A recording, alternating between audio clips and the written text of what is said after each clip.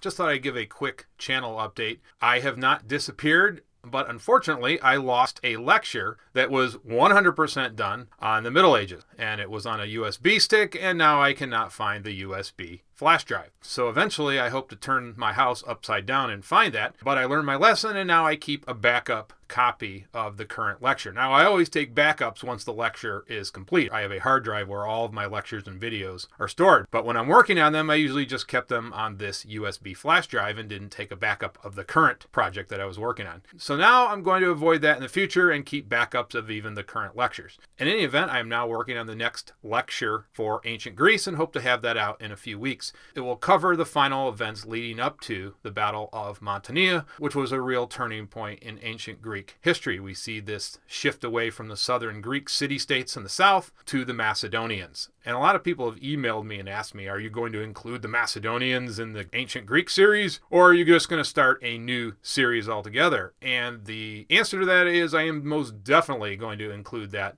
as part of my ancient Greek series. And that's sort of a raging debate. Were the Macedonians Greeks? And it's a good question because before Philip, I would definitely say they were more aligned with the Persians. But after Philip, they were definitely Greeks. Philip looked at himself as a Greek and thought of himself really as maintaining Greek traditions. The controversy usually arrives in terms of the style of government. The Greek city-states in the south, of course, had the polis, and anybody that was living outside of that were looked at as barbarians, or at least semi-barbaric. And of course, the Macedonians had a palace-based government, which was very similar to the Persians. So I think that's where a lot of the misunderstandings come into play regarding the Macedonians.